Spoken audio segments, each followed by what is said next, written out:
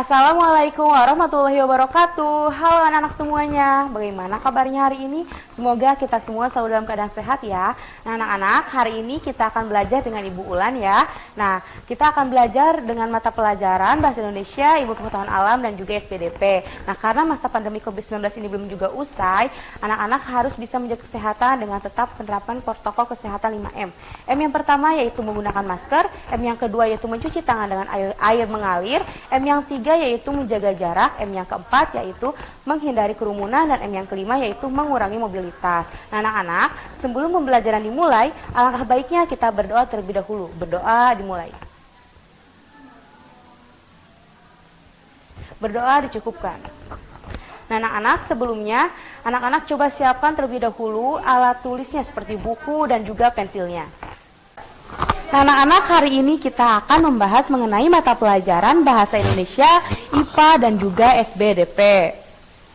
Nah, untuk mata pelajaran Bahasa Indonesia kita akan membahas mengenai tokoh tambahan atau figuran dalam cerita fiksi. Nah, untuk mata pelajaran IPA kita akan menyusun rencana kegiatan untuk menjaga kelestarian sumber daya alam yang ada di sekitar. Nah, untuk mata pelajaran SBDP yaitu kita akan menjelaskan mengenai membuat karya seni aplikasi dengan teknik yang benar sesuai contoh guntingan bahan kain yang ditempel. Nah, sekarang yang pertama kita akan membahas terlebih dahulu mengenai mata pelajaran Bahasa Indonesia yaitu mengenai tokoh tambahan atau figuran dalam cerita fiksi.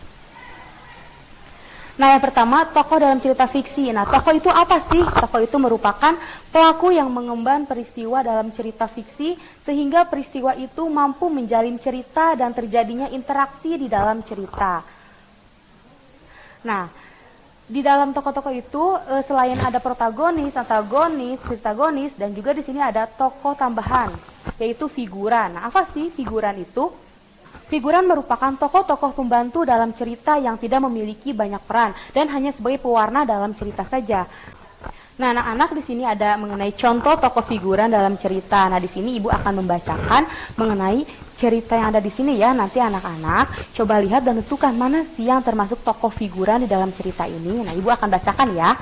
Pada saat Kancil berpetualang ke sebuah hutan dan ia hendak menanyakan jalan menuju istana Raja Sulaiman, Kancil bertemu burung elang dan burung elang tersebut menyuruh Kancil untuk terus berjalan menyusuri hutan ini dan Kancil pun mengikuti arahan dari burung elang.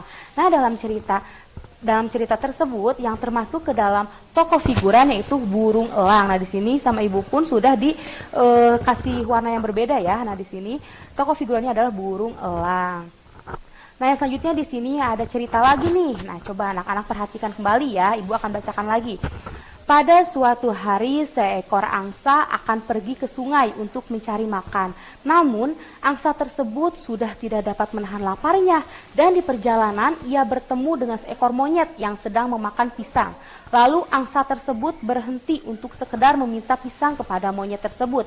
Setelah diberinya pisang, angsa tersebut melanjutkan perjalanannya ke sungai untuk mencari makan. Nah, dalam cerita tersebut, mana yang termaksud ke dalam tokoh figuran? Nah, ya, tokoh figurannya itu adalah monyet ya anak-anak. Nah, di sini Ibu juga sudah diberi warna yang berbeda. Jadi, dalam cerita ini adalah tokoh figurannya adalah monyet. Nah, di sini ada cerita juga ya anak-anak. Coba perhatikan kembali, Ibu akan membacakannya. Pada hari Minggu, Kak Ros beserta adiknya Upin dan Ipin pergi ke pasar untuk membeli kebutuhan makan. Lalu Kak Ros, Upin, dan Ipin mampir ke penjual ikan untuk membeli ikan. Setelah mendapatkan ikan, Kak Ros dan Upin Ipin melanjutkan pulang ke rumahnya dan langsung memasak ikan yang sudah dibelinya tersebut. Nah, dari cerita ini yang termasuk ke dalam tokoh figuran yaitu si penjual ikannya ya anak-anak. Nah, anak-anak bisa kita ketahui ya bahwa tokoh figuran itu adalah tokoh yang hanya ada sesaat di dalam cerita tersebut. Nah, tokoh figuran itu tokoh yang memberi warna di dalam cerita tersebut, dan biasanya tokoh figuran itu seperti penjual, pembeli yang hanya sesaat, lalu orang yang berpapasan dengan kita hanya sesaat, dan orang-orang yang ada di cerita itu tidak lama gitu ya anak-anak. Nah, contohnya seperti yang cerita tadi kan ada penjual ikan, terus ada burung elang yang ditanyakan oleh Kancil alamatnya, lalu ada apalagi tadi tuh ada monyet ya yang dimintai makanannya oleh angsa. Nah, seperti itu. Nah, sekarang anak-anak kita akan belajar mengenai mata pelajaran ilmu pengetahuan alam mengenai menjaga kelestarian sumber daya alam di sekitar. Nah, di sini anak-anak apakah tahu sumber daya alam itu apa? Nah, sumber daya alam itu merupakan segala sesuatu yang ada di alam dan bisa dipergunakan oleh manusia dalam memenuhi kebutuhannya sehari-hari, yang sifatnya itu beraneka ragam serta cenderung tidak terbatas. Nah, di sini ada berbagai macam sumber daya alam. Nah, yang pertama yaitu di sini ada matahari, lalu yang selanjutnya ada tanah, lalu ada hewan, ada udara, ada hasil tambang dan juga tumbuhan. Nah, ini adalah berbagai macam sumber daya alam yang ada di sekitar kita. Nah, di sini Ibu memiliki contoh mengenai rencana kegiatan untuk menjaga kelestarian sumber daya alam. Nah, di sini kita akan membuat mengenai rencana kegiatannya itu seperti apa sih? Kita di sini akan menyusun rencana kegiatan untuk menjaga kelestarian sumber daya alam. Nah, Ibu memilih salah satu contoh sumber daya alamnya itu adalah sungai. Nah, rencana kegiatannya itu di sini tidak membuang sampah ke sungai, lalu melakukan penghijauan, membersihkan sungai, dan untuk alat yang dibutuhkannya yaitu ada keranjang sampah, cangkul, dan juga plastik. Nah, selain itu di sini Ibu juga memiliki contoh yang lainnya. Nah, di sini Ibu memiliki contoh sumber daya alam, tanah dan juga tumbuhan.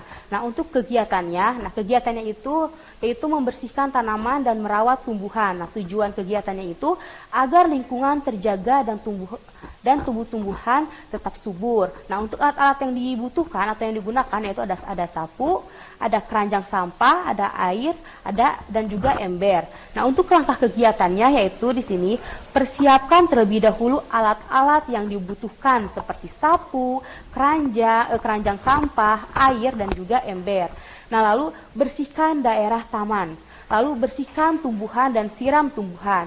Nah, yang selanjutnya itu ada rencana selanjutnya itu ada kegiatan menanam tanaman di area taman, bisa dilakukan pribadi maupun bersama lingkungan. Nah, jadi dalam menyusun rencana kegiatan untuk menjaga kelestarian sumber daya alam itu yang pertama kita tentukan terlebih dahulu sumber daya alamnya apa, lalu kegiatannya mau ngapain aja, lalu tujuannya buat apa, lalu alat-alatnya apa, lalu langkah-langkah kegiatannya itu mau seperti apa, dan pada akhirnya kita harus membuat rencana selanjutnya itu mau seperti apa. Nah, yang selanjutnya di sini ada SBDP, yaitu mengenai membuat karya seni aplikasi dengan teknik yang benar sesuai contoh guntingan bahan yang ditempel. Nah, di sini karya seni aplikasi. Karya seni aplikasi itu apa sih, Dok? Nah, karya seni aplikasi yaitu karya seni yang dibuat dengan menempelkan suatu bentuk dari bahan tertentu. Karya seni aplikasi ini banyak diterapkan pada kerajinan kain.